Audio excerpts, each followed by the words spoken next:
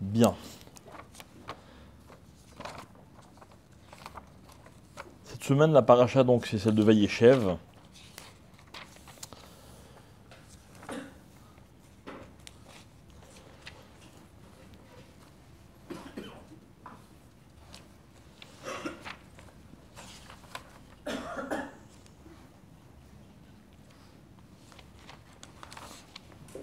Et c'est une paracha qui est évidemment très bizarre, très difficile à comprendre. C'est la paracha dans laquelle Yosef va être vendu par ses frères. Alors vous connaissez l'histoire, je la rappelle rapidement. Yaakov a donc 12 enfants. Il a perdu sa femme Rachel. Et la Torah dit Ve Israël Ahav et Yosef Mikol Banav. Et Yaakov donc aimait Yosef Mikol Banav, donc plus que ses autres enfants. Ok. Alors que dit la Torah? Vea Salo Ketonet Passim. Alors il lui fait un cadeau, un vêtement, une tunique. Apparemment une tunique magnifique. D'accord? C'est ce que veut nous dire la Torah. Vaïrou Echav Ki Oto Ahav Aviem Mikol Echav Vaïsneu Oto Velo Yachelu Dabero le Shalom. Donc les frères se rendent compte que Yosef est le préféré. Alors, Vaïsneu Oto, ils l'ont haï. À quel point? Au point que Velo Yachelu Dabero le Shalom. Ils ne pouvaient pas lui parler les Shalom. C'est-à-dire qu'il y avait une telle haine entre Yosef et ses frères qu'ils étaient incapables de se parler, on va dire, cordialement. Ok. Bon, alors on aurait pu croire que Yosef il va se faire petit, pas du tout. Il leur fait un rêve, d'accord. Vayosifu od senoto. Il leur fait un rêve qui va faire qu'ils vont encore plus le détester. C'est quoi le rêve? On est en train de ramasser la moisson, etc. Vous avez vos bottes de foin, j'ai la mienne, et tout d'un coup, qu'est-ce qui se passe? Vos bottes de foin à vous, elles se prosternent devant moi. Vayomrulo echav, amalor timlochalenu, immachol timshol banu, qui tu crois que tu vas nous dominer? Vayosifu od senoto. Encore une fois, la Torah me répète, et ils l'ont détesté encore plus. Donc regardez, ils le détestent, ils ne peuvent pas lui parler béchalom, ils le détestent encore plus, ils le détestent encore plus. Donc je suis la chronologie. Il fait encore un rêve, l'histoire des 11 étoiles et de la lune et du soleil qui se prosternent devant lui, etc. Et la Torah, elle dit, Vaïkanu bo echav. Et seulement là, la Torah, elle me dit qu'ils l'ont jalousé. D'accord? Bref, on ne va pas chipoter sur les mots parce que ce n'est pas le sujet. Mais en tout cas, ce qui apparaît de façon claire, ce qui est marqué clairement dans la Torah, c'est qu'il y avait une véritable haine entre Yosef et ses frères. Donc déjà, à ce stade-là, on va se poser une question. On va se dire comme ça. Si les frères détestent Yosef parce qu'il est le préféré de leur père, alors quoi, Yaakov, il ne peut pas faire attention. D'accord?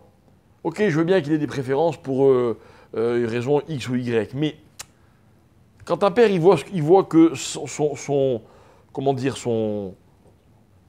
comportement naturel, il entraîne la haine. Bah, le père il est censé faire attention.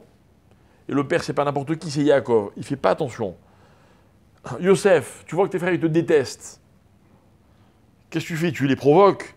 Un rêve, deux rêves, et la Torah dit. Et la haine, elle va en augmentant, etc. Deuxièmement, ou plutôt troisièmement, donc question sur Yaakov, question sur Yosef, et enfin question sur les frères. Oh, on ne peut pas vous tenir un peu, quoi? Ok, votre père, il a une préférence pour le petit frère. En l'occurrence, c'est le plus jeune, la Torah, elle me l'a dit avant. Il y a Binyamin, mais il est encore vraiment très petit. Il n'est pas encore, on va dire, dans la course. D'accord, ça va, c'est pas une raison pour détester. Alors je comprends que les relations elles soient un peu compliquées, mais au point au point de se détester comme ça. Est-ce que vous connaissez, vous, quelqu'un, une famille dans laquelle il y a un frère ou des frères ou sœurs qui détestent leur frère ou leur sœur? Ça, c'est extrême comme sentiment. Et même si, Shalom, ça existe, c'est vraiment très rare. Ok, il y a eu Caïn et Abel, d'accord, très bien. Mais là, on parle des enfants d'Yaakov, c'est les tzadikim. C'est le peuple juif, quoi. C'est ceux qui vont donner naissance à toutes les tribus, etc. Comme il dit le pasouk à un moment, il y a un pasouk très fort qui dit Venivrechu becha kol mishpechot adama ubzar echa. Yaakov, il a reçu la bracha que par lui et par ses enfants seront bénis tous les juifs. Donc, on ne parle pas de n'importe qui. Et eux, il y a une guéguerre, de préférence, etc., au point qu'il y a une haine aussi viscérale et aussi violente. Et jusqu'où cette haine va aller, la Torah, elle dit, les frères étaient allés faire paître les troupeaux de leur père, Yaakov demande à Yosef d'aller voir si tout va bien, il va aller voir, et là, qu'est-ce qui se passe? Il le voit arriver de loin. Vaïro tomerachok, ou beterem ikra velehem, vaitnakelu oto laamito. En le voyant arriver de loin, avant qu'il les atteigne, d'accord, ils décident, ils font le projet de le tuer. Vayom rushel achiv, ils se disent les uns les autres, c'est-à-dire que c'est vraiment le complot, quoi, de toute la famille. Ineba chalomot alazia, voilà le fameux rêveur, venez on le tue, on le jette dans le fleuve, on va raconter qu'il s'est fait dévorer par un animal sauvage, venire mayu chalomota, on va voir, ces rêves, qu'est-ce qu'ils vont devenir? De quoi on parle? On parle de monstres. Ok? Alors on va nous raconter que Réhouven, il va tout faire pour pas qu'il soit tué, juste le jeter dans le fleuve, etc., etc. Il arrive, Vayafshito et Yosef et Kutonto, il le déshabille, il enlève cette fameuse tunique, ils le prennent, ils le jettent dans le puits, d'accord? Dans ce puits, il y a des scorpions et des serpents, etc. D'accord? Donc imaginez la scène, quoi. Le petit frère, il arrive pour voir ses frères, et au lieu de l'accueillir, alors ou il est complètement naïf, ou alors encore une fois, il s'est jeté dans la gueule du loup. Une fois qu'ils l'ont balancé dans le puits, qu'est-ce qu'ils font les frères? Vayeshvu le'echol lechem, ils s'assoient, ils mangent, ils font une séouda. On comprend rien, quoi. D'accord? Ah, tout d'un coup, ils voient, il y a une caravane de Ishmaélim qui passe, et là, Yehuda, il dit, regardez, plutôt que de le laisser mourir dans le puits, venez on le vend, et on verra quel est son destin. Et c'est ce qui se passe, et vous connaissez l'histoire, il va arriver en Égypte, etc., etc. Moi, je pose une question très simple. Est-ce que ce que les frères de Yosef ont fait, est-ce que ça s'appelle une avéra ou pas?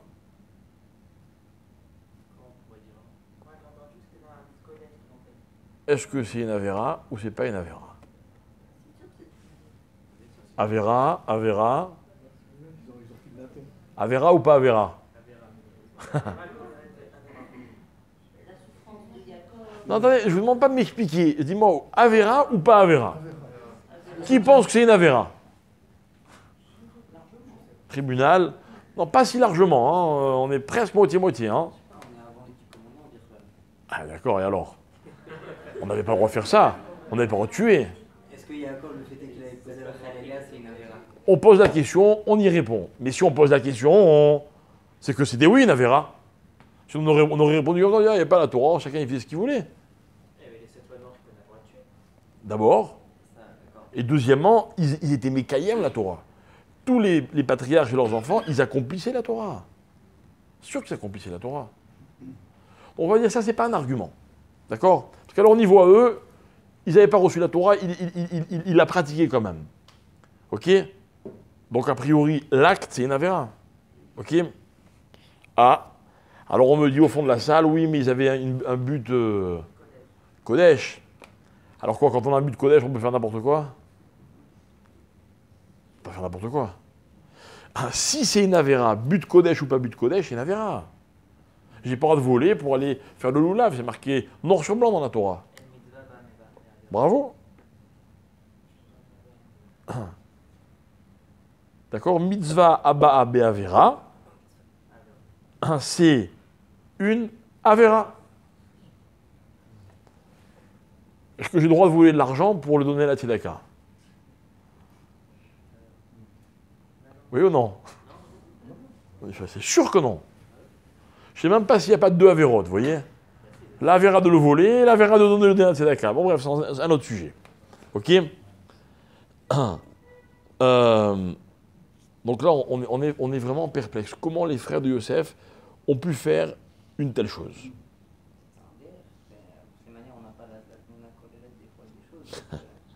Je t'explique, mon ami. On va se mettre d'accord une fois pour toutes. Moi, je veux comprendre ce que la Torah elle me dit. Tmouna Kohelet, pas Tmouna Kohelet. Si j'ai pas la Tmouna Kohelet, qu'on me raconte pas ces histoires-là. Parce que je suis perdu. La Torah, elle se permet pas de me donner des fausses informations ou des demi-informations en prenant le risque que moi je dis, ah ben ils ont fait, moi aussi je peux faire. Maintenant, vous avez en face de vous deux frères qui se détestent. D'accord? Il y en a un qui dit, moi je vais tuer mon frère, tu comprends, mes parents, c'est le chouchou, je ne peux pas supporter, je vais le tuer. Qu'est-ce que vous lui dites? Hein? Et pourquoi tu n'as pas toute la Tmouna? Tu n'as pas la Tmouna Kohelet? Non, tu ne dis pas une chose pareille. Il faut que les choses soient claires, mitzvah ou avera. Je peux vous poser d'autres questions. David Ameller, il a fauté ou il n'a pas fauté? Il n'a pas fauté. Ouais. Donc si un jour il y a quelqu'un qui est dans la même situation que David Ameller, il dit, écoute, voilà, la femme de mon ami, je suis fou d'elle, je vais m'arranger pour qu'il meure, je ne vais pas le tuer, je vais m'arranger pour qu'il meure. D'accord? C'est un roi, il a aussi désobéi aux ordres du roi. Non. Non, tu confonds deux histoires. Il n'a pas désobéi, malheureux. Au contraire, il a obéi au roi et du coup il est mort. Et la voie était libre, David Ameller, il a épousé Bathsheba. Avera ou pas Avera? Ah, la Gemara dit Kol, Mishomer, David Ameller, Chata, et Noé la Toé. C'est une erreur de dire qu'il a fauté. D'accord? Compliqué, hein? Pourtant, la Torah nous raconte que Nathan Hanavi, il va le voir, il lui fait un reproche, il lui raconte une histoire avec la brebis du voisin, etc. Vous connaissez l'histoire? Ok, David Ameller, il est passible de mort.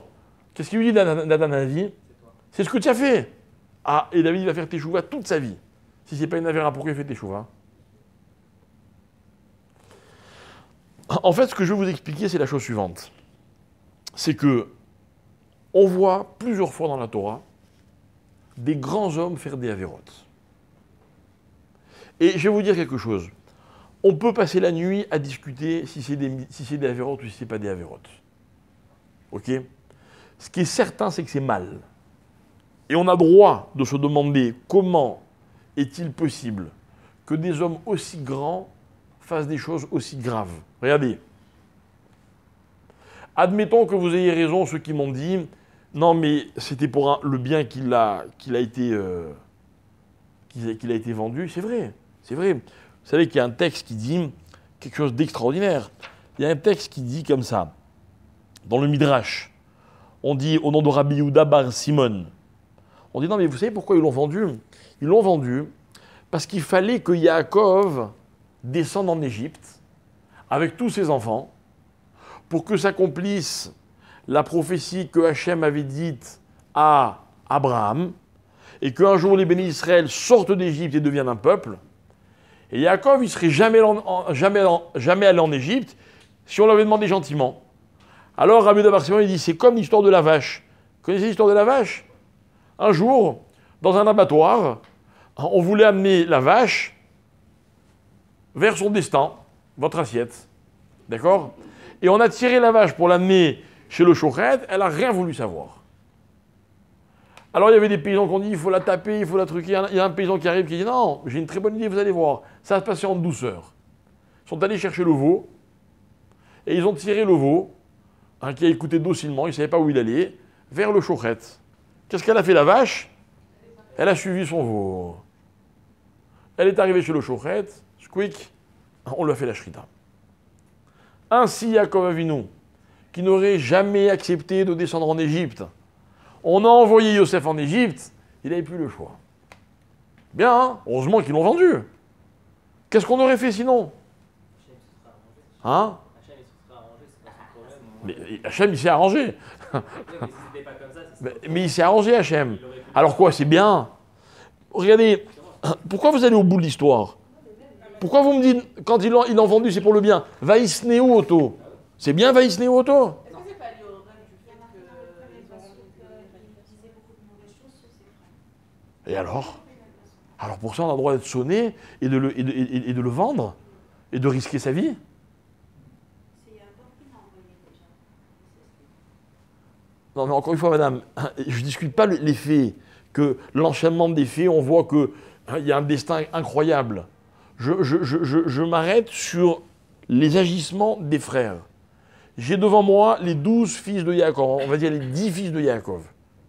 D'accord? Des tzadikim, comme il n'y en aura plus jamais. Il n'y en aura plus jamais des tzadikim aussi grands. Ils détestent leurs frères. Vaïsne Uoto, Vaïosifu Od Senoto, Vaïekanu Bo. C'est très grave.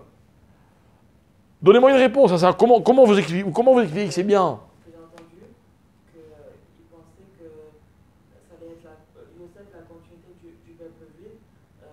Esav, il a été éliminé, le peuple juif. Ishmaël, il a été éliminé.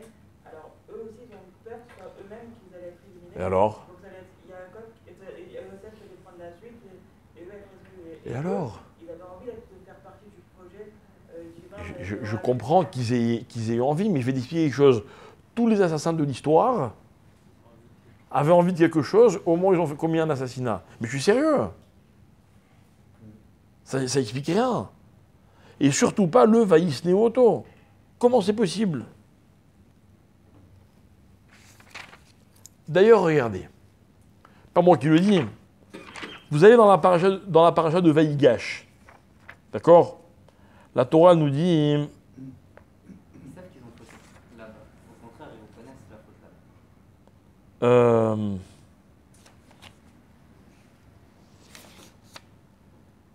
ils sont devant nous.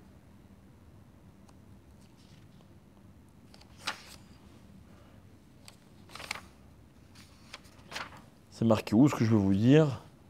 Voilà. Dans la paracha de Miketz, la première fois qu'ils se font arrêter par cet homme, ils ne savent pas qui est Yosef, ils croient que le vice-roi d'Égypte, et il les interroge, il les accuse, etc. Qu'est-ce qu'a dit la Torah? Vaya'am Reuven Otam, les morts.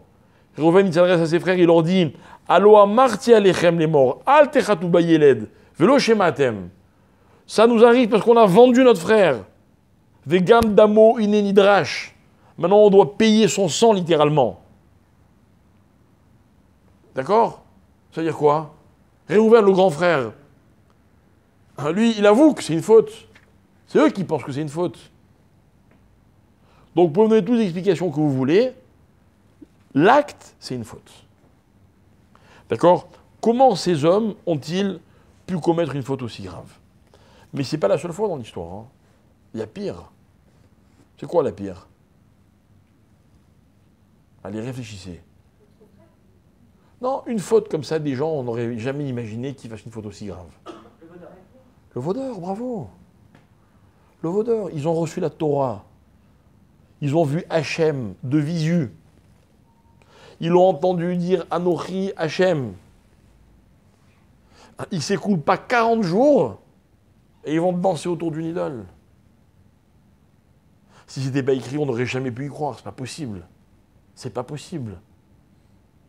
Vous connaissez les tzadikim, des grands rabbinim très grands. Ils ont, vous avez pour eux un respect illimité. Vous imaginez qu'un jour, là maintenant, dans 40 jours même pas, vous imaginez les voir danser autour de la Avodah Zarah? Impossible. Impossible. En plus, ils étaient plus grands que les tzadikim. Plus grand que tout ce qu'on peut imaginer. Mais alors, invente un autre Yitzhara, ça te fait plaisir. C'est les plus grandes tzadikim qui ont dit Yitzhara.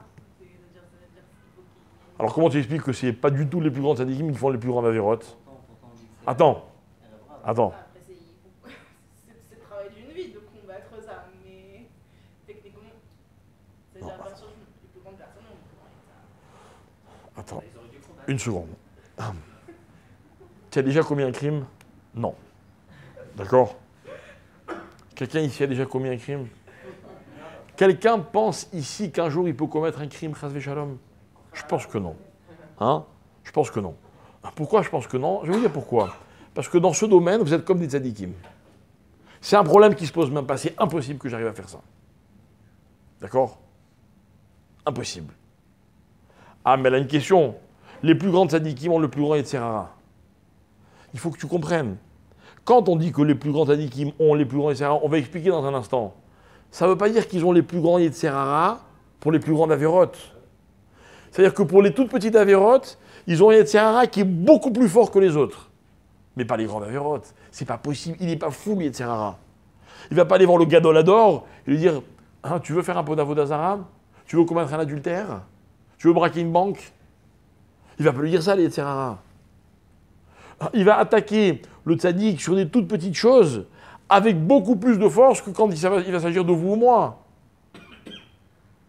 Donc, il n'y a pas d'explication au fait que les béné Israël du désert aient reçu la Torah le 6 Sivan et que le 17 Tammuz, ils dansent autour du veau d'or. C'est incompréhensible. C'est incompréhensible. Et pourtant, ils l'ont fait.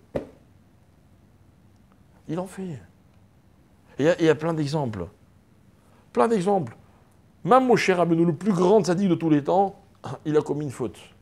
Alors ma question, c'est la suivante. Mais si eux, ils commettent des fautes, mais nous, on n'a aucune chance. Ok, on va peut-être pas voir de nos frères. Vous savez quoi? D'accord. Mais ça veut dire qu'en fait, si je comprends bien, l'homme, il peut pas s'en sortir. Il n'a aucune chance de ne jamais fauter. Aucune. N'est-ce pas? Alors c'est perdu d'avance. Alors? Comment?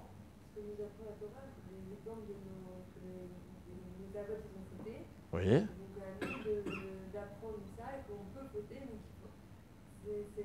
Ah, quand tu dis la Torah, elle veut juste m'apprendre qu'on peut fauter, c'est pas grave. Même eux, ils ont fauté.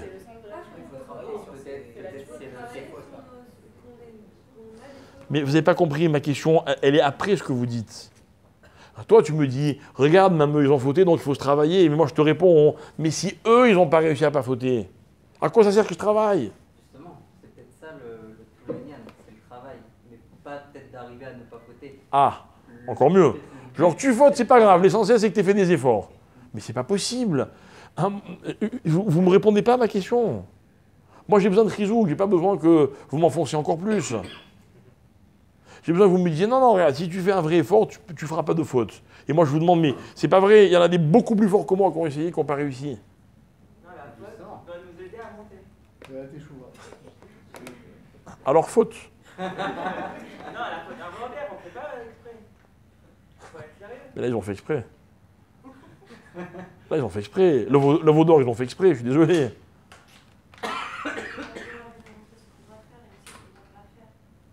Mais dites-moi ce qu'on ne doit pas faire, mais ne me prenez pas mes héros, d'accord, hein, ceux que je suis censé admirer, en me disant, tu vois, même eux, c'est des nuls. Donc toi, tu n'as aucune chance. Encore une fois, tu n'as aucune chance. Non. Moi, je veux comprendre comment ils ont pu fauter. Parce que si j'arrive à comprendre comment ils ont pu fauter, j'ai une chance, moi, de ne pas fauter. D'accord? Mais à une condition. Hein, c'est qu'on appelle les choses par leur nom. Si vous commencez à me négocier qu'ils n'ont peut-être pas fauté, d'accord? Il n'y a aucune chance qu'on apprenne d'eux à ne pas fauter. Comme je vous le dis toujours, quelle est la pire des fautes? Celle qu'on ne reconnaît pas. C'est la pire. Même si elle est minime. Parce que de celle-là, on ne pourra jamais se débarrasser. On ne peut se débarrasser que d'une faute qu'on appelle une faute. Si je vois quelqu'un, je lui dis, t'as fait une erreur. T'as fait une erreur. Moi, ma caravane, elle est bonne. C'est pour l'aider à se corriger, à se parfaire. Et qui me dit, non, pas du tout, je n'ai pas fait d'erreur. Donc, j'ai une certitude, c'est qu'il ne va jamais la réparer, cette erreur. Donc, moi, je veux qu'on appelle ça une faute, une erreur. Ils ont commis une faute. Moi, je n'ai pas inventé, c'est Réhouven qui l'a dit. Un Cheta Egel, la faute du veau d'or, c'est une faute ou c'est pas une faute? Bien sûr que c'est une faute. Envoyer un mari à la mort pour prendre sa femme, c'est une faute ou c'est pas une faute? Bien sûr que c'est une faute. Ah, pourquoi on me dit l'Ochata à propos de David? Non, il n'a pas fauté. Alors, le cas de David, il est unique. Mais c'est dangereux de me l'apprendre. Dangereux. Combien de fois ça a dû vous arriver? Vous parlez avec des gens qui n'ont pas beaucoup de connaissances, pas beaucoup de convictions et encore moins d'envie d'apprendre, et que vous dites « Ah, t'es ma belle tamour, David Ameller, il a fauté, tout le monde faute. » Moi, j'ai entendu 10 fois, moi. 10 fois. La première fois, j'ai essayé de discuter, la deuxième fois, j'ai essayé de discuter, la troisième fois, j'ai arrêté, quoi. C'est décourageant, c'est vrai, la question, c'est une bombe atomique. Comment on peut me dire qu'il n'a pas fauté? Ok? Ou alors, on part dans un autre qui vous complètement. Ou alors on va dire non, ils n'ont pas fauté. Ils n'ont pas fauté. C'est Hachem qui voulait qu'il fasse cette chose-là. C'est-à-dire que dans la vie, on commet des erreurs, d'accord? Mais peut-être qu'on peut envisager que les erreurs, ce n'est pas de notre faute. Non, c'est Hachem qui voulait. Le type, il fume Shabbat. Si Hachem ne voulait pas que je fume, il ne m'aurait pas laissé fumer. N'est-ce pas? C'est ça, il y a un pion, si c'est comme ça, alors c'est un pion et on est Hachem de rien du tout. Et quand on arrive là-haut, ça sert à rien qu'il y ait un jugement, ça sert à rien qu'on se fasse juger à Vérote, pas à Vérote. On enlève une autre, il peut rien. Ah, donc vous considérez qu'en fait Hachem, il ne voulait pas que je fume Shabbat, mais il n'a pas réussi à m'empêcher, parce que moi j'ai le libre arbitre et je peux faire contre ce qu'il veut Hachem. C'est ça que vous me dites? On peut choisir le bien ou le mal. Même si Hachem ne veut pas. Après l'action, on peut choisir, mais après l'action, c'est que ça devait. Il a pas, Hachem, il a pas. C'est que ça devait arriver quelque part. Non? Hachem, c'est pas il veut. C'est-à-dire, attends, avant l'action, je suis responsable. Après, ça devient un alibi. C'est ça? Ça devient un alibi. À ce moment-là, on peut faire ce qu'on veut, quoi. Non, mais si on part sur cette idée-là, de dire qu'en fait, Akadosh Baruch Hu, il met dans les situations, qu'on soit tzaddik ou pas tzaddik, qui te met dans des situations que tu es obligé de passer. Donc à ce moment-là, pourquoi me dire ça c'est interdit, ça paraît. Parce que de toutes les manières, je dois être ce qui est là pour faire cette avéra-là. Il n'y a que moi qui peux la faire. Bravo. Là où je suis. Je suis d'accord avec toi. D'un autre côté, si je veux faire une avéra, regardez, vous est-il déjà arrivé de vouloir faire une mitzvah, vous la vouliez la mitzvah, hein, et vous n'avez pas réussi à la faire? Ouais? Très bien. Est-ce que vous êtes frustré ou pas frustré? Quoi? Ouais? Mais pourquoi? Pourquoi vous êtes frustré? Lui, il me dit non, ce qu'il faut dans la vie, c'est choisir. Moi, j'ai choisi, j'ai pas réussi. Ben, la réussite de l'action ou pas, elle ne dépend pas de moi, elle dépend d'Hachem. D'un autre côté, vous est-il déjà arrivé de vouloir faire une avéra et de ne pas réussir à la faire? C'est rare, ça? Je dis pour l'avéra, on se bat. Bien sûr que ça arrive. Bien sûr que ça arrive. Ouais, il n'y a pas très longtemps, j'avais envie de faire un super lachonara. J'ai pris mon téléphone et il ne m'a pas répondu, l'autre. J'étais énervé, alors. Raval, hein? Ça peut arriver. Ah, mais vous comprenez, je prends une situation simple de la vie qui peut arriver tous les jours. Même les avérotes, il faut un peu de Siata Nishmaya, quoi. Il faut qu'Hachem y m'aide à faire mes avérotes. S'ils ne m'aident pas, j'ai pas d'Atzlacha dans mes avérotes. Ok? Alors, de quoi ça dépend, ça? Donc c'est ça un petit peu que je voudrais éclaircir, je voudrais faire un peu d'ordre dans tout ça. Ok? Alors, la Gemara dans Avodah Zarah, elle dit quelque chose qui va un peu dans ce sens, mais évidemment, on est obligé de bien l'expliquer, donc vous allez me suivre jusqu'au bout. Amar Rabbi Yochanan, Mishum Rabbi Shimon Bar Yochai. Donc deux géants, un qui dit au nom de l'autre. Rabbi Yochanan qui dit au nom de Rabbi Shimon Bar Yochai. Lo David, Raoui Leoto Maaseh, Velo Israël, Réouïn Léoto Maasé. Ni David n'était digne de ce qu'il a fait, l'histoire de Bathsheba, ni le peuple d'Israël n'était digne de ce qu'ils ont fait, la faute du veau d'or. La Gemara demande, et là, la Maasou. Alors pourquoi ils l'ont fait? ça leur correspond pas, l'omar lecha. Alors écoutez cette réponse incompréhensible apparemment. Sheim chata yachid omrim lo kalecha etzel yachid. Veim chata tzibur omrim lo lechu etzel tzibur.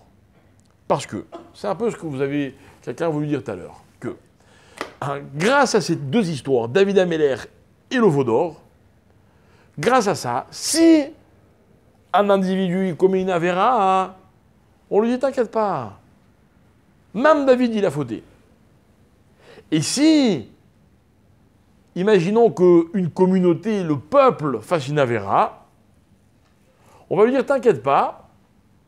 Même le peuple juif, après avoir reçu la Torah, il a commis la faute du veau d'or. Rachid explique. Attends, une seconde. D'abord, j'explique. Rachid explique et il dit comme ça, Quel Omar Giborim veshlitim beitzram ayou. Velo ayou raou il gaber itzram alehem. Écoutez bien. Il dit, c'était des gens très forts. Très forts. Vous savez qui était David Améler? David Améler, pour nous, il incarne la puissance de l'homme. Vous savez, on dit David, c'était un guerrier. Ce n'est pas qu'un guerrier parce qu'il a fait des guerres contre des hommes. David Améler, de nos jours, c'est très actuel comme expression, c'était un vrai guerrier. Jamais il s'est laissé abattre. David Améler, il n'a pas eu une vie facile. Il n'y a qu'à lire les Télim pour voir l'expression des fois de sa souffrance. Et il ne s'est jamais laissé aller. Qu'est-ce qu'il dit Rachid? Lo haya raou il gaber yitzram alehem. Leur yetzer hara à David Améler ou au peuple d'Israël qui venait de recevoir la Torah. Il n'aurait pas dû les pousser à faire ces avérotes-là. D'accord? Déjà, on approche d'une définition de ce que le yetzer hara, comment il attaque l'homme. Et là, Gzerat Améler Aïta lishlot bam, Kedé litrompe les Baal Tchouva, etc., etc. Alors, Rachid explique comme ça. Il dit en fait, Akadosh Baruch Hu, Gzerat Améler, le roi a décidé que quoi? Que leur Yetzer Hara ne les laisse pas tranquilles jusqu'à ce qu'ils commettent cette faute, pour que grâce à eux, ceux qui vont fauter plus tard aient un espoir de pouvoir faire teshuva. Pourquoi? Parce que voilà que des plus grands qu'eux ont commis la Avera. Donc, si eux ils ont fait, c'est normal que moi aussi ça m'arrive, donc je peux racheter cette Avera-là. Ok? C'est beau en fait. Attends, une seconde, j'ai encore rien vu mon frère. Ok? Bah, jusque-là, c'est déjà pas mal. Hein? C'est pas de t'excuse, c'est au contraire, c'est que ça te permet à toi si t'as fauté, parce que si t'imagines toi. Mais il n'a pas tort, il a pas tort. Il pose une très bonne question. Il dit, en fait, donc c'est pas leur faute, quoi. C'est pas leur faute. C'est-à-dire que, hein? Ils ont fait exprès Pour nous. que nous on se sente bien. Mais non, d'après ce qui a marqué ici, ils n'ont pas fait exprès. Leur Yetzer Hara, Hachem, il a envoyé un Yetzer Hara, genre le Yetzer Hara le plus puissant du monde. D'accord? Comme ils étaient forts, leur Yetzer Hara, il a été encore plus fort. Qui a envoyé ce Yetzer Hara? Hachem. Ok, pour nous. Mais donc, eux, ils ne pouvaient pas résister. Donc on revient à notre question. Donc, a priori, ce n'est pas une faute. C'est pas une faute. Vous comprenez? C'est-à-dire que la question, c'est comme ça. Est-ce que la Avera, quand elle est vraiment irrésistible, est-ce qu'elle s'appelle faute? Ah oui. Est-ce qu'elle s'appelle faute? C'est une bonne question. Hein? Irrésistible.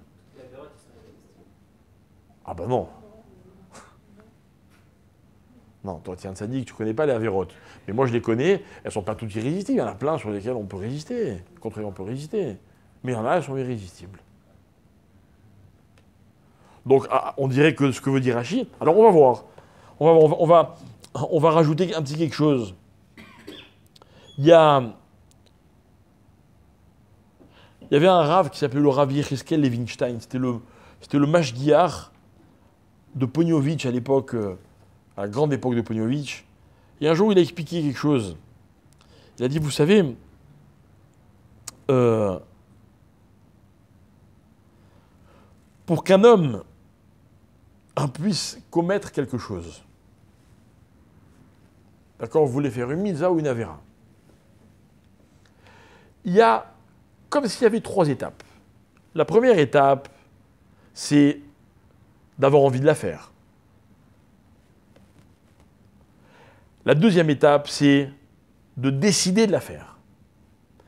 Et la troisième étape, c'est de pouvoir la faire, de passer à l'acte. D'accord? Prenons un exemple. Quelqu'un, il est attiré par une faute. Ok? Il sait que cette faute, elle est très attirante. Par exemple, il rêve de manger un morceau de jambon. D'accord? Mais, pour lui, c'est un problème qui ne se pose pas. D'accord? Il ne va jamais décider de le faire. Il a décidé, il mange cachère, point, c'est réglé, pour toujours, on n'en parle plus. L'autre, qu'est-ce qu'il dit? Non, la vérité, moi, je suis tenté, quoi. J'ai envie de le faire. J'ai envie de le faire, mais je ne le fais pas. Mais chaque fois que je passe devant le rayon boucherie au supermarché, d'accord, je m'attarde, je regarde, je sens, et puis je continue ma route. Hachem ne veut pas, je ne fais pas. Le troisième lui dit non, moi, la vérité, si je pouvais, je le ferais. Mais à chaque fois que je passe devant le rayon boucherie, il y a toujours quelqu'un de la communauté qui passe à ce moment-là à côté de moi. Il me dit, ah salut, non, je ne peux pas le faire, il va me voir. D'accord, j'invente l'histoire. Hein. Et le dernier, il décide de le faire, ok, et il passe à l'acte. Alors, qu'est-ce qu'on veut expliquer par là?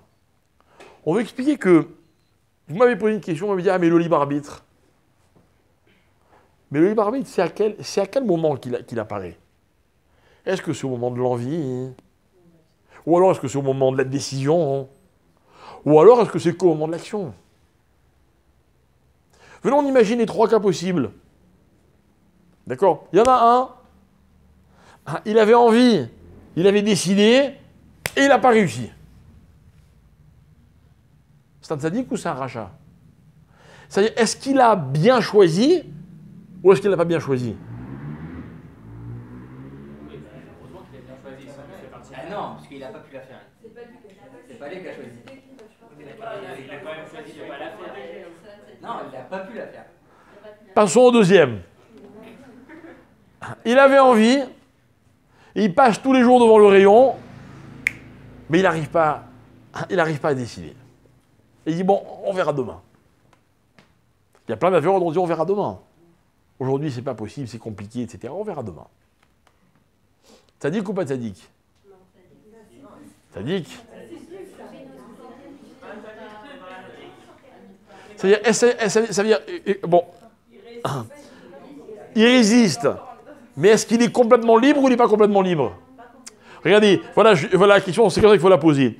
Le premier cas qu'on a cité, il avait envie, il a décidé, il n'arrive pas à la faire. Ok? Il est libre. Est-ce que c'est un homme libre? Est-ce qu'il a vraiment utilisé sa béchira ou pas? Non. Pourquoi non? On l'a empêché de faire. Ah, on l'a empêché de faire. Dany pose une bonne question. Dans la vie, quand on a vraiment envie de quelque chose, bah il revient le lendemain. Qu'est-ce qu'il y a? Non, c'est au moment où la prise de décision se fait que les... Pourquoi? Non, peut-être que le libre arbitre, c'est au moment où on passe à l'acte. Tu sais quoi? Moi, je le connais, ce gars-là. Hein? Moi, je suis certain qu'il aurait acheté la tranche de jambon. Il l'aurait amené chez lui à la maison. Au dernier moment, il aurait pas pu passer à l'acte. On ne saura jamais. Je pense qu'à mon avis, c'est à chaque étape. Regardez, alors, c'est quoi à chaque étape? C'est qu'en fait, il y a des étapes dans la Bechira, dans le libre arbitre. Il y a des étapes. Il y a celui qui n'arrive pas à passer à l'acte. Il y a celui qui ne prendra pas la décision même s'il en meurt d'envie. Et il y a celui, quoi, qui a décidé qu'il ne le ferait jamais, c'est tout. Il n'en a pas envie, point. Vous lui proposez, vous lui montrez la plus belle Avera, qu'est-ce qu'il fait? Il tourne la tête. Vous savez, les tzadikim, ils marchent toujours les yeux en bas, ils veulent regarder, pas regarder, machin, etc. Pourquoi? vous dites dans la Torah, on sépare les garçons et les jeunes filles, on fait attention à la mixité. Quelqu'un m'a un jour demandé dans un cours, quoi, on n'est pas des bêtes. Non mais on n'est pas des bêtes, mais on ne veut pas de problème. On a décidé de ne pas avoir envie. Alors c'est quoi la Bechira? Comprenez? De qui on peut dire, voilà ma question, de qui on peut dire celui-là, il a la maîtrise totale de ses choix. Hein? Pourquoi? Tu peux dire aussi que celui qui avait très très envie, mais qui a réussi à résister au moment de passer à l'acte, c'est un tzaddik. Ou carrément celui qui a déjà voté. Dites-moi, mesdames et messieurs, attendez, moi j'aime pas les choses en l'air. Ok? Dans la Torah, il y en a un qu'on appelle tzaddik, c'est qui? Yosef. Analysons. Yosef, il travaille chez Madame Poutifar, chez Monsieur Poutifar, et tous les matins, Madame Poutifar, elle vient, et elle se parfume, et elle l'attire, et elle lui parle, et elle le ceci, elle le cela. Qu'est-ce qu'il fait Yosef? Il résiste, il résiste, il résiste, il résiste. Un jour, ils se retrouvent tous les deux seuls dans la maison. D'accord? Il va se passer quoi? Il va se passer que Madame Poutifar, elle l'attire dans ses appartements. Et quoi? Racontez-moi la suite de l'histoire. Il a été empêché parce qu'il a vu le visage de son père. Oh là là. Il n'y aurait pas eu le visage de son père, qu'est-ce qui serait passé? Il aurait été avec. Alors, tzaddik ou pas tzaddik? Si vous aviez raison, d'après vous, Yosef a tzaddik, Yosef c'est pas un tzaddik, parce qu'il aurait dû ne jamais se mettre dans cette situation. Le premier jour, il aurait dû démissionner, dire moi-même, monsieur Poutifar, désolé, je ne peux pas travailler chez vous. Non, mais c'est parce que Yosef aussi. Ben va en prison, c'est pas mon problème. Non, parce que Yosef aussi, il pensait qu'il Mais si c'était un tzaddik, il serait allé en prison. faut se mettre dans la vera pour pouvoir y échapper. Non, non, non. Ça, je vais être poli, c'est des bêtises. Des bêtises. On n'a jamais vu un tzaddik se mettre dans la vera pour dire « T'as vu, j'arrive à résister au dernier moment ». Jamais. C'est pas une démarche de tzaddik, ça, je suis désolé. Et le grand mystère, c'est Yosef. Comment on me dit qu'il est tzaddik alors que Yosef, il est arrivé jusqu'à la vera et il a été empêché parce qu'il a vu la photo de son père. Vous savez, moi j'avais un élève avec qui j'étudiais régulièrement, un Israélien, d'accord? Et bon, il a progressé, etc. Et vraiment, lui, c'était au corps à corps. Hein. Il était très très loin. Un jour, on s'est connus, etc. Il m'a demandé d'étudier avec moi, etc. Et dans son couple, ça allait très très mal. Très très mal. Et un jour, et il avait notamment un copain qui avait une très mauvaise influence sur lui. Un copain qui n'était pas marié, qui faisait n'importe quoi. Les deux, ils avaient un peu d'argent. Et ce copain, je faisais tout pour essayer d'éloigner parce que je savais que son couple était en danger, notamment à cause de ce copain. Et un jour, je passe devant ses bureaux, ok, et je rentre je me dis, tiens, je vais lui dire bonjour, on n'avait pas été depuis quelque temps, je voulais fixer un cours avec lui, je rentre, sa secrétaire elle me dit, ah non, il est parti en voyage. Je fais, ah bon, il est où? Ah non, c'est son associé. Il me dit, bah, il est parti en vacances, peu importe où, ok. Et moi, je lui dis, il est parti avec sa femme? Elle me dit, ah non, il est parti avec sa femme, il est parti avec le copain. Elle me dit, ah purée, chlette. D'accord? Une semaine après, je repasse, je retourne le voir, je monte dans ses bureaux, il était en pleine réunion avec tout son staff, je tape à la porte, et j'ouvre la porte comme ça de la salle de réunion, il me voit, il leur dit comme ça, excusez-moi, il faut que j'aille vous parler à mon Rav 5 minutes. Il me dit, viens dans mon bureau, il faut que je te parle, c'est très grave. Je me dis, je sais ce qu'il va m'annoncer. Et il me raconte que, en fait, entre sa femme et lui, ça allait tellement mal qu'elle lui dit, écoute, tu sais quoi, pars, fais ce que tu veux, je veux pas savoir. Dans une semaine, ou tu reviens, ou on divorce, ou alors on repart à zéro. Voilà, mais tu décides, ou l'un ou l'autre. Donc lui, il dit, moi, je pars une semaine avec la bracha de ma femme. Il me dit, on arrive sur notre lieu de vacances, on loue 2 grosses motos et en avant les vacances. D'accord? Premier soir. Bon, je ne vais pas donner trop de détails. Il va en boîte, il revient accompagné, etc., etc. Il m'a dit, voilà, j'étais à 1/2 centimètre de la Avera. Ça y est, j'allais faire la Avera. D'accord? Et d'un coup, il me dit, d'un coup, j'ai vu ta tête. Je vous assure que je ne mens pas. Je vous assure que je vous mens pas. Je m'appelle Yaakov, il a vu ma tête. Et il s'est arrêté net. Net. Il a dit à la personne qui avait en face de lui, on arrête tout. Qu'est-ce que j'ai fait? Qu'est-ce que je t'ai dit? Non, t'as rien fait. Authentique. Il me dit, j'ai pas fait d'Avera pendant une semaine. Et aujourd'hui, Baruch Hashem, l'histoire a plus de 15 ans, il est marié, il est religieux, etc. Baruch Hashem. Il a eu une chance inouïe, ce type-là. Il a eu un vrai srout. Moi, je sais pas ce que je foutais là-bas. En tout cas, il a eu un vrai srout. Il a eu que Akadosh Baruch Hu, d'accord, écoutez bien. Non, attendez, il faut aller jusqu'au bout du raisonnement. Il lui a pas laissé la prière. Vous pouvez me dire non, il aurait pu tourner la tête. Comme Yosef. Alors c'est ça de tzaddik. Moi je vous pose la question, ce bonhomme dont je vous parle, c'est un tzaddik ou c'est pas un tzaddik? Moi je vais vous dire quelque chose, c'est un tzaddik. Mais comment un tzaddik, il se met dans une situation pareille? Je m'excuse, vous connaissez... Attendez. Vous connaissez des tzaddikim, des rabbis ceci, des babas, vous connaissez? Vous les imaginez dans une telle situation? Dire non, je vais m'arrêter au dernier moment. Non, mais Quoi, mais non? Il n'a pas choisi de s'arrêter au dernier moment. Il a été influencé, il est parti jusqu'au dernier moment. Tzaddik ou pas tzaddik? Je comprends pas. Le type, il se met dans la vera, il la veut, la vera. Il fait tout, il se met en condition, tout. Au dernier moment, le malheureux, il y a un gars qui vient lui gâcher son plaisir. Il n'arrive pas à faire la vera. C'est pas un tzaddik. Ou alors c'est ça un tzaddik, je sais pas. Mais attendez, allez, je vous demande pas de me répondre. Vous comprenez ma question? Quoi qu'il en soit, il a réussi à résister, c'est tout. C'est un tzaddik. Je te dis qu'il a resté à résister. Alors vous savez quoi? On va dire que c'est un tzaddik. Je vous en supplie, ne soyez pas tzaddik. Non, c'est vrai quoi. Ne soyez pas tzaddik. On peut dire pas tzaddik parce qu'on apprend dans Soda que les femmes elles vont là, elles relèvent un petit peu leur robe. Et celui-là qui passe devant ce chemin et qui ne regarde pas, lui on l'appelle Raka. Et celui-là qui. Très bien, bravo, excellent. Razak, bravo. Bravo, très bien. Très bien. Donc comment on peut dire que ça c'est un tzaddik?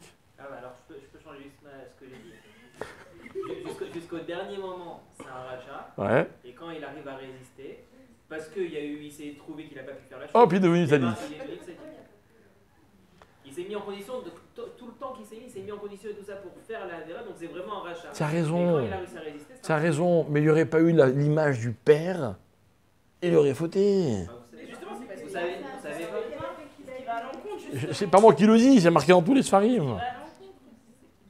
Le copain dont je vous parle, il m'a dit c'est à cause de toi ou grâce à toi que j'ai pas fait la vera. Vous comprenez? C'est difficile de définir qu'est-ce que c'est un tzaddik. Moi, je vous dis franchement, de vous à moi, moi je ne considérais quelqu'un tzaddik que celui qui se préserve. Qui se préserve. Moi, j'ai un téléphone, ok, il y a dessus, enfin, il y avait à l'origine Internet, accès à tout ce que je voulais, machin, etc. Vous savez quoi? Moi, je joue pas avec le feu. Je joue pas avec le feu. Mon téléphone, il est... Ouais, il est bloqué, quoi. Maintenant, peut-être que vous êtes plus sadique que d'autres, et vous dites, non, moi, je risque rien. Je me maîtrise. Alors, c'est quoi le sadique, d'après vous? Peut-être que celui qui se préserve tout le temps, justement, celui-là, il y a peut-être un lien de ne pas se mettre en faute, mais après de trop se préserver non plus, c'est pas ça. Alors, tu sais quoi? Je veux bien que tu parles de moi et que je ne sois pas un sadique à tes yeux. Ça ne pose aucun problème. Sur ça, on est d'accord. Ok? Baba Sali, Rabbi Baruch Abouchatzira. Je sais pas, donnez-moi une sadique que vous connaissez. Rav Steinman. D'accord? Rav Kanievski. Rav Ovadia Yosef, Alav Shalom. Il faisait quoi, lui? Il faisait quoi, tous ces tzadikim? Ils font quoi? Ils se préservent ou ils ne se préservent pas? Mais bien sûr qu'ils se préservent. T'as même pas idée à quel point ils se préservent. T'as même pas idée. Mais d'après toi, c'est pas des tzadikim. Et bien d'après moi, au contraire, c'est ça le tzadik. Alors c'est ma question. Il y a des tzadikim qui sont plus grands que les autres. Mais- Ceux qui se préservent depuis le début, ils sont très Mais t'as pas compris. Maintenant, ceux qui vont- ceux qui Dan, je t'ai posé une question précise. Le seul homme de la Torah qu'on qualifie de tzaddik, c'est Yosef. C'est incroyable. Juste lui. Il y en aurait eu 10, j'aurais dit ok, lui aussi. Mais il ne pouvait pas se préserver. Il voulait être esclave. Mais bien sûr qu'il pouvait se préserver. Mais oui. Mais la preuve, c'est que au moment de la Vera, qu'est-ce qu'il fait? Il se sauve. Vous connaissez l'histoire? Vous voulez que je vous la raconte, l'histoire? Elle était Écoutez, il se sauve, elle lui attrape le vêtement. D'accord? À cause de ce vêtement qui va être la pièce à conviction, il va finir en prison. Tout le monde demande. Prends ton vêtement. Efface les preuves. Ça lui aurait pris 4 secondes de plus. Eh bien, ces 4 secondes-là, qui l'ont valu la prison, il s'est dit, dans ces 4 secondes, je risque de fauter. Donc, vous voyez bien que quoi? Un qui préférait, à la fin, il a préféré la prison. Ça veut dire quoi? Il a été l'esclave insoumis. Eh bien, il aurait pu le faire plus tôt. Il aurait pu le faire plus tôt. Tous les ans. On la relit dans la Torah. C'est quelqu'un qui est dans cette situation-là. C'est pas une question de se préserver, mais dans cette situation précise, qu'il ne faut pas. J'ai jamais dit ça. Ou alors je me suis trompé. Ou toi. Non mais je crois pas. Ça me paraît pas être la définition d'un tzaddik. C'est pas possible. Le tzaddik, il joue pas avec le feu. Il joue pas, mais le fait qu'il soit quand même retrouvé dans cette situation et qu'il ait réussi à résister à ça, fait de lui, je sais pas. C'est ça que je dis pas qu'il joue avec le feu, c'est qu'il est dans la situation précise et qu'il se sauve de la situation. Vous comprenez rien, hein? Ça fait 1 heure que je vous explique que le personnage qu'on qualifie de tzaddik, c'est Yosef. Donc ça voudrait dire que la définition du tzaddik, c'est de se mettre dans la faute, et au dernier moment quoi? D'avoir la chance d'être sauvé? Ou alors tous les enfants de Jacob, ils sont pas tzaddik. Vous avez tous que C'est pas le seul relateur. J'ai rien cassé, moi je vous raconte ce qui a marqué, j'ai rien inventé. Alors je vous ai dit quelque chose d'intéressant. Je vous ai dit que la Gemara, elle dit que Akadosh Baruch Hu, il a fait renforcer l'oreiller de Serara pour qu'il faute. Alors vous m'avez demandé, mais alors donc ils n'ont pas eu la brira, le libre arbitre? Et moi je vous ai répondu, mais le libre arbitre, c'est en 3 étapes. Le libre arbitre, c'est l'envie, la décision et le passage à l'acte. David Ameller, c'est quand qu'il a flanché? Dans le passage à l'acte? Dans la décision ou dans l'envie? Dans les 3. Dans les 3, je suis désolé. Alors, le Yetzer Hara, c'est à quel moment qu'Hachem il a mis puissance max? À quel moment? Vous êtes sûr que c'est les 3? Peut-être c'est que le premier, et puis après c'est parti tout seul. Non, parce qu'il se serait arrêté. C'est que dans le premier, au deuxième, il se serait arrêté, il ne serait pas passé à la décision. Vous comprenez que là, on aborde un peu déjà la réponse? C'est que je veux bien qu'on parle de Yetzer Hara. Je veux bien qu'on parle de libre arbitre. Ok? Maintenant, il y a 3 étapes. C'est où qui se rencontrent les deux? C'est où? Regardez bien. Je vous pose une question très précise. Quand vous faites une avéra, et que vous regrettez la avéra, dites-moi la vérité, vous regrettez quoi? La première, la deuxième ou la 3e étape? Ne me répondez pas, vous savez quoi? Là, ce n'est pas une question rhétorique. Je veux que vous réfléchissiez. C'est vrai. Ma responsabilité, c'est à quel moment que je l'engage? Quel moment? D'accord? C'est-à-dire que des erreurs, on en fait tout. Imaginez quelqu'un, il sort un soir, il boit, ok? Et puis après, il prend le volant. Elle est où l'erreur? Quand il a bu ou quand il a pris le volant? Ne me répondez pas, réfléchissez. Non mais c'est vrai. Là maintenant, on est dans la réflexion. À quel moment l'homme, il est vraiment responsable et à quel moment l'homme, il est plus responsable? Donc à quel moment, quand il agit bien, on dit « Ah, bravo, c'est un tzaddik ». Moi, imaginez, on sort une bande de copains, on prend ma voiture, j'ai bu, et puis je dis « Vous savez quoi, je ne vais pas prendre le volant ». Comment on fait? On est en galère, parce qu'il n'y a que moi qui ai le permis, on est très embêtés, vous allez dire « Purée, t'as vu vraiment, hein, il a bu et il ne veut pas conduire et il nous met tous en galère ». Ou alors peut-être non, peut-être vous pouvez dire « Non, le tzaddik, il n'aurait pas dû boire ». Il n'a pas dû boire. Ok? Voilà, maintenant que les questions sont bien posées, on va essayer de commencer à comprendre. Ok? Alors, la Gemara, dans Yoma, elle dit quelque chose de terrible. La Gemara dit comme ça, dans Yoma, page 39, elle dit Im Adam metame atzmo me'at, metaminoto arbe. Milemata, metamimoto milemala. Adam mekadesh atzmo me'at, mekachimoto arbe. Milemata, mekachimoto lemala. Cette Gemara, elle est elle est sans pitié. Elle dit comme ça, quand un homme, il se rend impur un petit peu, hein, eh ben on le rend impur, beaucoup. Quand un homme, il se rend kadosh un petit peu, eh ben on le rend kadosh, beaucoup. Ça veut dire que l'homme, en fait, qu'est-ce qu'il choisit dans sa vie? Il choisit l'impulsion. L'impulsion. Maintenant, l'impulsion, c'est pas juste. Pourquoi? Parce que l'impulsion, c'est pas le passage à l'acte. Ça veut dire, mes chers amis, ce que je veux essayer de vous expliquer, c'est quoi? Ne me dites pas que dans la vie, il ne faut pas se préserver, il faut juste être capable de ne pas passer à l'acte. Parce que là, je vous répondrai, vous savez quoi? Qu'il y en a des plus forts que vous, des beaucoup plus forts que vous, qui ont essayé. Et ils se sont plantés. Et encore une fois, les enfants de Yaakov, ils ont fauté. David Améler, ce qu'il a fait, c'est pas bien. Le peuple juif, il a fauté. Yosef Hatzadik, il a eu de la chance. Il a eu de la chance. La Gemara Moyoma est claire, elle me dit, attends, tu veux devenir Kadosh? Ok, c'est sur le début qu'on va te juger. Tu veux devenir Tamé? Vous allez me répondre, non, je ne veux pas devenir Tamé. Un tout petit peu. Eh bien, ce tout petit peu, c'est quoi? C'est le début. Et mes chers amis, écoutez-moi bien. Dans la vie, le choix, c'est au début qu'on l'a. C'est au début qu'on l'a.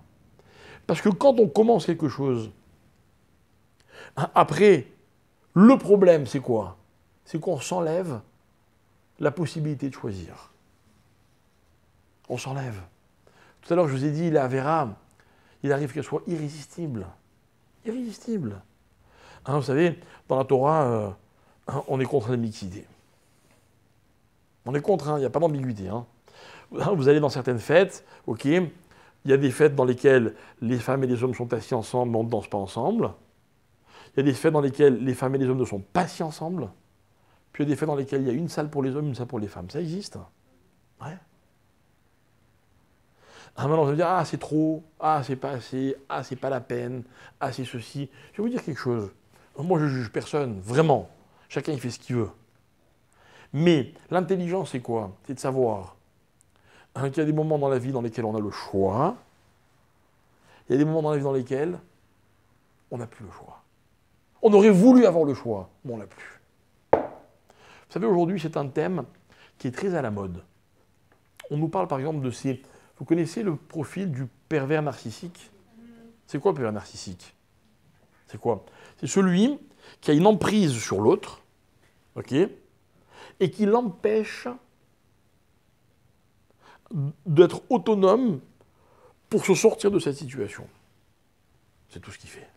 Il n'est pas très méchant, le pervers narcissique. Il ne dit pas des choses qui sont trop graves. Mais il met l'autre dans une situation dans laquelle il n'a pas de choix. Ok?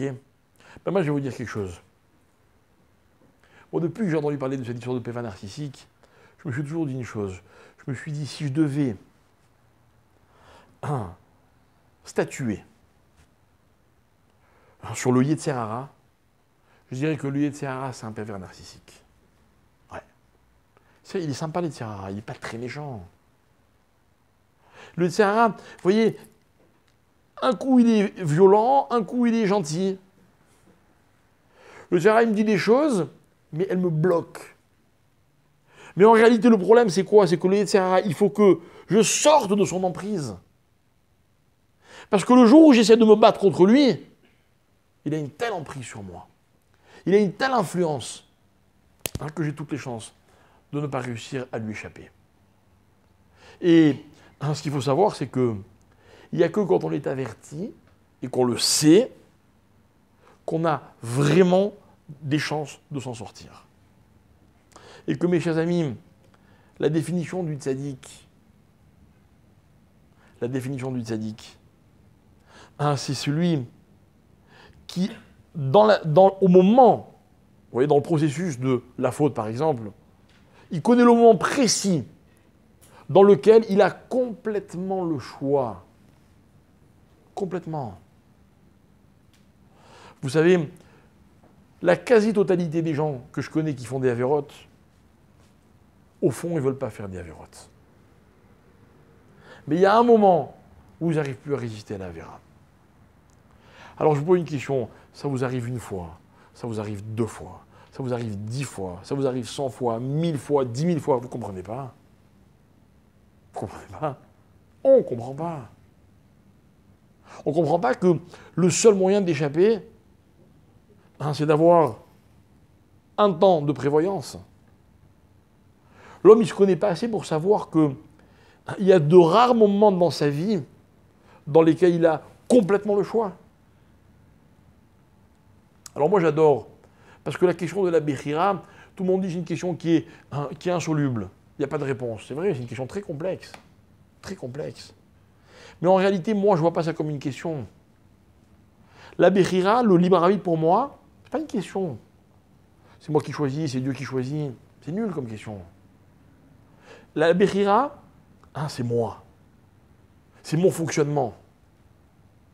La Bechira, ce n'est pas un problème de Dieu. Les gens, ils adorent savoir si c'est Dieu qui a voulu, si c'est Dieu qui a décidé, et qu'est-ce qui se serait passé s'il y avait... Mais pourquoi vous perdez du temps, je leur demande, à vous fatiguer pour savoir qu'est-ce que Dieu, quel est son rôle dans ce que vous faites?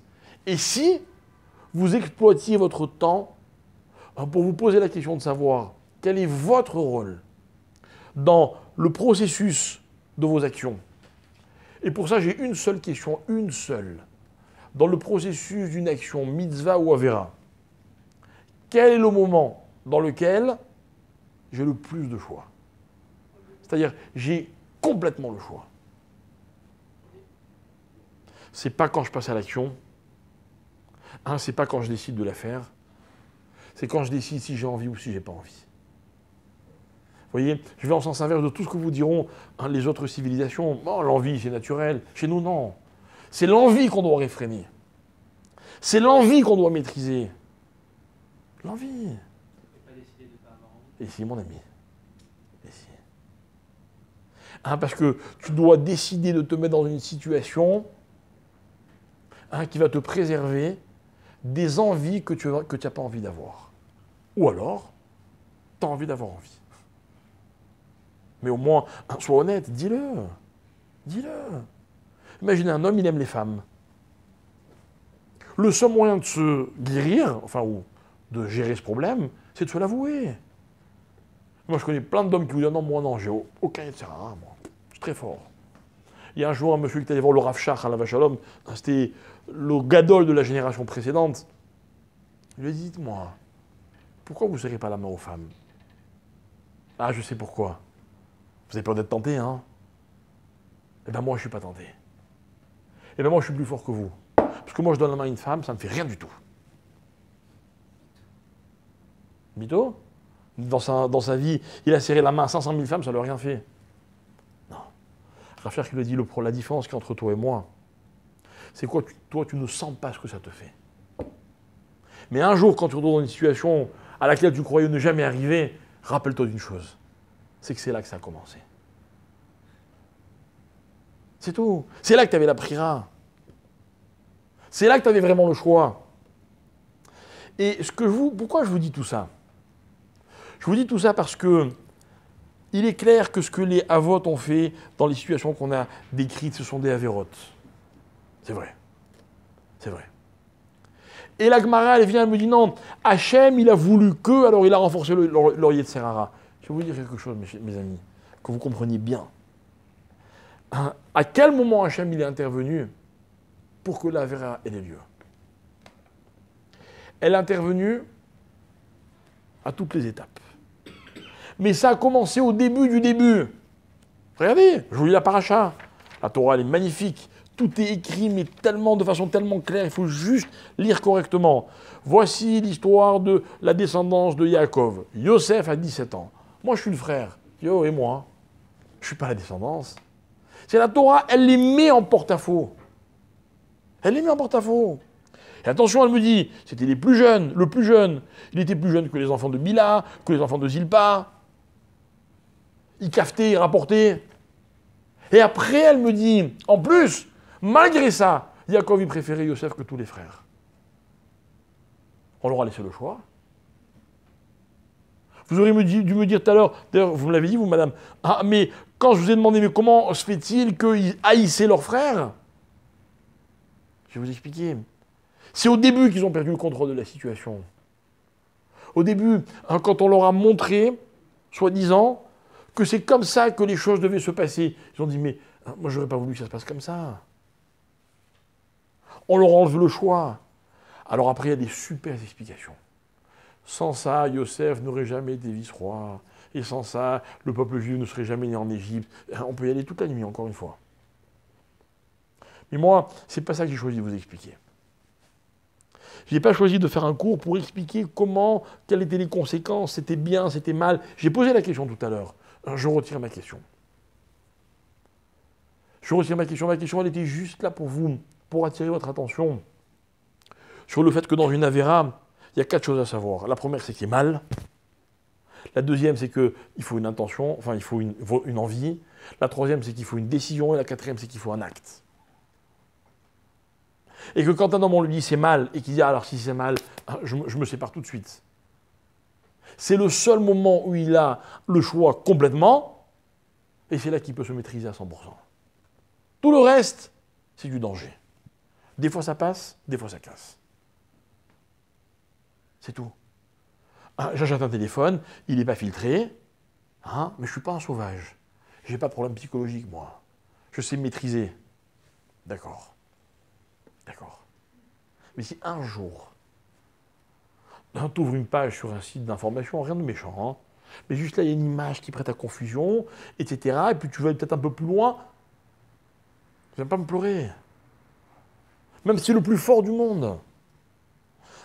Réhouven, Shimon, Lévi, Yehuda, Issachar, tous ces tzadikim là, eux aussi, ils ont pensé comme toi. Bon, ça va, on va un peu le détester, mais c'est normal, quoi, tu vois, ça va, c'est naturel. Il est là, il fait le malin, notre père il le préfère, c'est officiel. Qu'est-ce qu'il y a, c'est naturel. Quoi, même de ça, il faut se préserver. Même si j'ai un frère qui a tout pour me rendre jaloux, je ne dois pas être jaloux. Je te réponds une chose, c'est là que tu as le choix, c'est tout, après tu l'auras plus. Après tu l'auras plus jamais vraiment. Mais sinon, mes chers amis, on ne serait jamais punis pour nos avérotes.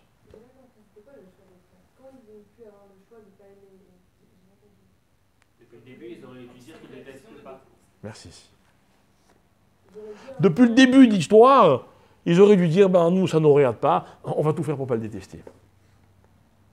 C'est tout. C'est quand même une question qui reviendra tout le temps. C'est-à-dire, si au début, ils ont décidé de ne pas le détester, ouais. Et un mois après, ouais. Ça va revenir, qu'il va refaire encore des trucs Yosef, ouais. Ils vont avoir besoin de reprendre... Tu as raison. Le rayon boucherie, il est tous les jours au même endroit. Tous les jours. Tous les jours. Et tous les jours, les avérotes, elles sont aussi belles. Et tous les jours, le Rav Steinman et le Rav Abou Khatsira et tous les tzadikim que vous connaissez, ils détournent. Ils détournent. Les frères sont considérés comme des tzadikim. C'est ce que je dis. Ce sont des tzadikim, pourquoi? Parce que dans l'absolu, c'était des gens de tzadikim. Et s'ils ont fauté, c'est parce qu'Akadosh Baruch Hu, il les a, j'ai envie de dire, aidés à fauter, poussés à la faute, pour les raisons qu'on peut exposer, qu'on a très brièvement rappelées. Ok?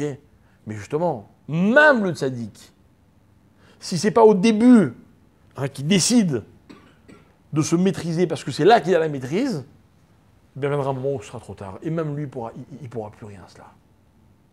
Vous comprenez? Voilà, mes amis, mon message de ce soir.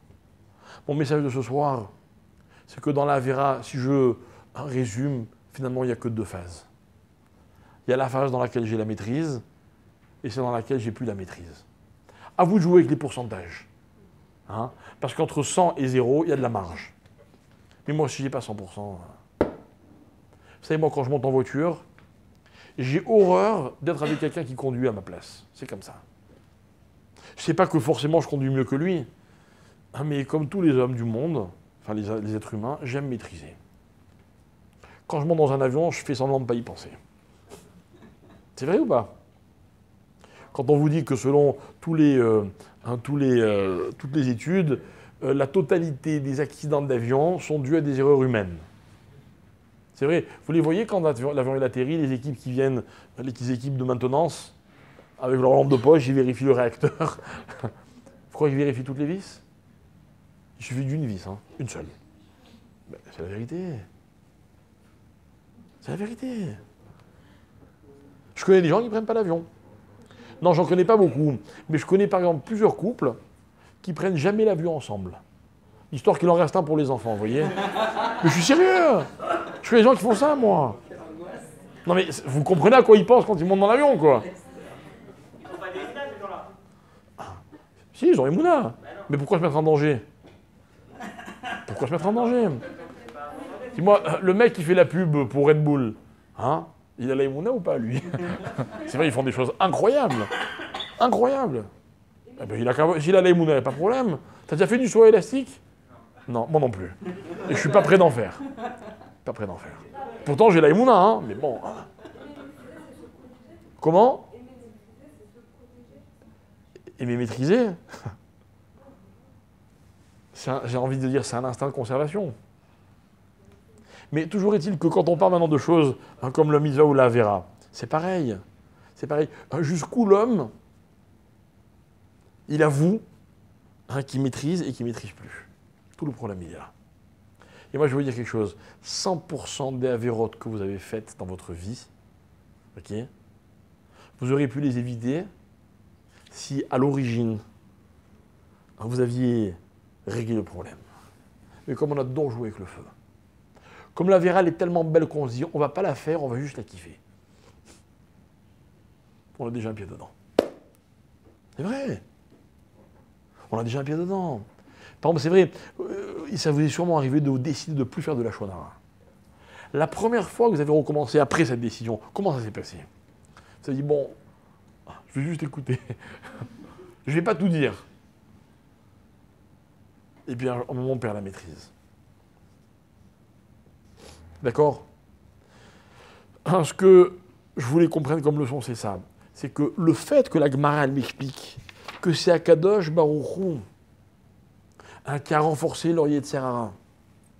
Le fait qu'on me dise que Yosef Hatzadik, il n'a pas fauté, mais que ce n'était pas complètement grâce à lui. Ok? Ça veut dire quoi? Ça veut dire qu'en fait, le vrai tzaddik, c'est celui qui va jusqu'à là où il maîtrise. Et l'histoire de Yosef Hatzadik, pourquoi elle est magnifique? Parce que Yosef Hatzadik, il a commis une erreur. Mais il était sûr de maîtriser la situation. Le jour où il se retrouve seul chez Madame Potiphar, avant de décider de faire la faute, il ne savait pas qu'il allait être seul avec elle. Et moi, j'aime croire qu'il ne serait jamais allé ce jour-là. Je suis sûr. Je suis sûr. C'est pour ça que Hachem, il l'a aidé à ne pas fauter. Et c'est là que je voulais, c'est là-dessus que je voudrais conclure. C'est que moi, je crois, et c'est ce que disent tous les Chachamim, quand la Gemara, elle dit, celui qui veut devenir un peu kadosh, on l'aide à être beaucoup kadosh, ça veut dire quoi? Quelqu'un qui a tout fait pour ne pas fauter. Mais un jour, c'est la Avera qui le surprend. Eh bien, je suis sûr qu'Hachem, il fera tout pour pas qu'il faute. J'en connais des dizaines d'histoires comme ça. De gens qui ont été protégés de la Avera, parce que, même sans s'en rendre compte. Même sans s'en rendre compte. Pourquoi? Parce que comme ils avaient fait tout ce qu'il fallait, ils étaient protégés quand ils avaient la possibilité de se protéger. Et puis après, des fois, les circonstances de la vie font que celui qui ne mérite pas de fauter, on ne le laisse pas fauter. C'est ça les paroles de la Gemara. David Améler, il n'était pas raoult de fauter. Demande Rabbi Shimon Bar Yochai, alors comment c'est possible qu'Hachem l'ait laissé fauter? Vous comprenez? La vraie question, c'est pas comment ça se fait que David il a fauté. C'est comment Hachem il l'a laissé fauter. Yosef Hatzadik, il n'a pas fauté parce qu'il a vu la photo de son père, mais c'était un tzaddik. C'est normal qu'Hachem ne le laisse pas fauter. Normal. Et si vous, dans votre vie, il y a des fois où vous avez voulu faire des avérotes et vous n'avez pas réussi à les faire, eh bien sachez que c'est peut-être que vous êtes un tzaddik. Et si un jour vous avez voulu faire une mitzvah et vous n'avez pas réussi, c'est que c'est sûr que vous n'êtes pas un tzaddik. Mais c'est vrai. Mais c'est vrai. Par contre, celui qui faute et puis ça marche bien, impeccable, il a une atzlacha de folie dans ses avérotes, eh ben c'est qui? Il est raouille. Il est raouille de fauter. Vous voyez? Non. Non, ce qu'a dit l'Agma. L'Agma explique que non, que David Améler, il fallait qu'il faute pour telle et telle raison. Les Avot, les enfants de Yaakov, il fallait qu'ils faute pour telle et telle raison. Alors, pour conclure quand même, encore une conclusion, ok, tout ce que je vous dis, la preuve, elle se trouve après la faute. Après la faute. C'est-à-dire quoi après la faute? Quand quelqu'un, il fait teshuva, sincèrement, il fait teshuva à fond. Hein, c'est la preuve qu'en fait, il considérait qu'il n'était pas raoui, que ça lui ressemblait pas de fauter, et donc il regrette. Soit parce qu'il ne savait pas que c'était une faute, soit parce qu'il s'est laissé piéger. Et ce qu'on apprend, nous, de David Améler, c'est quoi? C'est que tout le reste de sa vie, qu'est-ce qu'il fait David? Il fait teshuva. C'est ça qu'il faut comprendre. C'est ça qu'il faut se rappeler. Hein, les bénis Israël, ils ont fait le Cheta Higel, la faute du veau d'or. Tout le reste de l'histoire, qu'est-ce qu'on fait? On fait teshuva. Et si quelqu'un il dit « Ah non, moi je ne fais pas teshuva, moi, ils ont fauté », eh bien il était raoult de fauter. Les frères de Yosef, ils vont regretter, ils vont dire « Ah, s'il nous arrive ça, c'est parce qu'on a fait ça. » Ça, c'est une teshuva. Ils avouent que ce qu'ils ont fait, c'était mal. L'oraouille, ça ne convenait pas aux personnages qu'ils étaient. Pareil, Yosef Hatzadik, on le voit dans sa descendance, il a eu que 2 enfants, etc. Par rapport à la vera qu'il a faite, qu'il n'a pas vraiment faite, mais qu'il a failli faire. Là aussi, on voit ça. Donc la teshuva de ces personnages est la preuve de tout ce que je vous ai expliqué. Mais évidemment que l'idéal, c'est de ne pas avoir besoin de faire teshuva. Et pour ça, il n'y a qu'un seul moyen, hein, c'est de garder la maîtrise au seul moment du déroulement dans lequel on a complètement le choix. C'est-à-dire avant que le début ne commence. Voilà, Rabotai, pendant 2 semaines, il n'y aura pas cours. Donc dimanche prochain et dimanche d'après, ce sera Hanouka, il n'y aura pas cours. Mais si Dieu veut, dans 3 semaines, il y aura cours. Voilà. Shavuot Tov.